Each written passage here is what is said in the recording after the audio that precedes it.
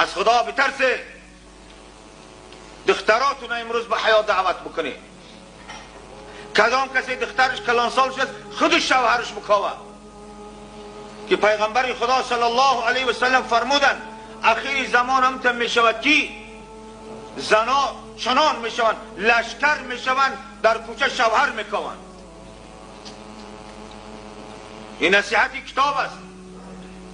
بزرگان میگویند در اخیر بعد از سالهای میگذرد در یک مرد 50 زن میرسد.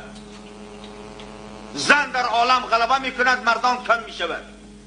در هر عصر زمان ببین یک فتنه که در این جامعه پیدا شد چی مقدار زن مسلمان خوار شد. در حالتی که اگر یک از زنش میمرد از ریگر تا غرم شهر توس تا کجا و کجا بیوه میکاف که بیوه نمیافت که بگیره. نرخ دخترها به 100,000 دلار رسیده بود. به 100,000 لباسی تاقش 120 لباس میدادی، 4 گوسفند و گاو و ها کذا قدر داشت. امروز به سبب این فتنه چه مقدار در جامعه زن تحقیر و خوار و زار شد.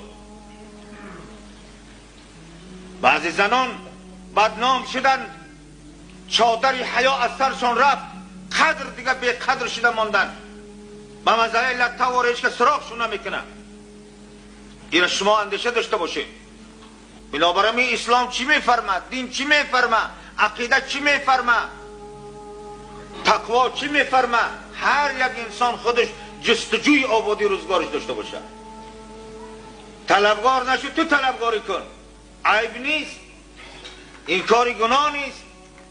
این کار خودش در شریعت خدا شرعیه. این کار جستجو کن، اگر دردت خلاصش بکن و با امید توست.